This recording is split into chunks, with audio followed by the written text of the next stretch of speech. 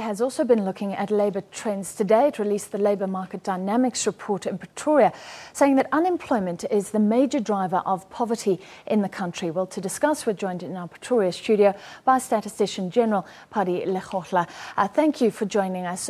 Paddy, our unemployment rate has remained pretty static at around 25%. We're just off that now. But you are looking at trends between 2008 and 2013. Within that static range, are there any shifts or anything that we should be aware of in those years?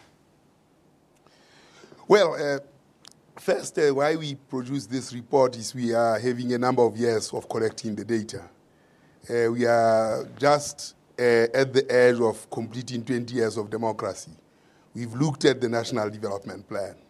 And the question of statistics is about letting us know where we are and whether we are on course in relation to where we are. So the significance of this report is that one, which informs for the long term. The issue is that the numbers, as you have seen them, have reflected South Africa as not moving in terms of the structural unemployment that we are witnessing today. And unemployment, as you have seen in the report that we released on poverty last week, contributes 39% to the poverty. In fact, that contribution has increased from about 32% in 2008. Education or lack of education contributes 13% in that. So for 52% of the poverty storyline in South Africa is explained by unemployment as well as the lack of education. In reality, if you chain the information across time, in fact, it is education that actually contributes largely a lot more in terms of poverty, because when you are not educated, then you are less likely to be employed, and therefore you will live in poverty. So the story of South Africa's poverty is an education story. So something that really has to be prioritized. As many people have said, you've also found rising unemployment among young people. Does this justify efforts to really boost youth employment? Well, human beings are given brains, and the fodder for brains is education. If you deprive them that, they will not be productive. And of course, the South African policy of apartheid created this chasm that has to be dealt with. So in effect, the data is saying invest in education and quality education. Let children do mathematics and science and not math literacy. The ANA's report, which I actually combined in the presentation, shows that there's nothing wrong with the children in South Africa in dealing with these subjects such as mathematics and so on. At grade 1 and 2 and 3, they actually do not so badly, they pass. Let them get to standard 9. They get 14% instead of 53%.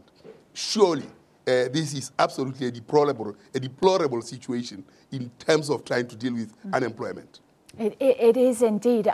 Paddy, finally, you were looking at trends among racial groups, and we've been talking tonight about the slow pace of transformation. Just tell us some of the interesting trends in race-wise. Yes, I mean, the unfortunate situation in South Africa is also a fortunate situation, because we become a laboratory. Because in this laboratory, you find people who are educated who are white and people who are educated who are Indian. And all those are progressing because of education. Of course, the history for whites is a different history because they were given preference. The answer is in those two population groups and how they have performed. So we don't need a new thing to look at. We have a laboratory in South Africa of 4 races, 2 which are progressing, 1 which progressed because the Indian population is a business population and it financed its children to go to school.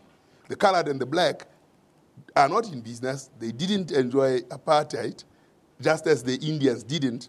However, quite clearly, investment has to go in there to solve the problem. Otherwise, the demographic dividend, which is being talked about, is absolutely impossible to achieve.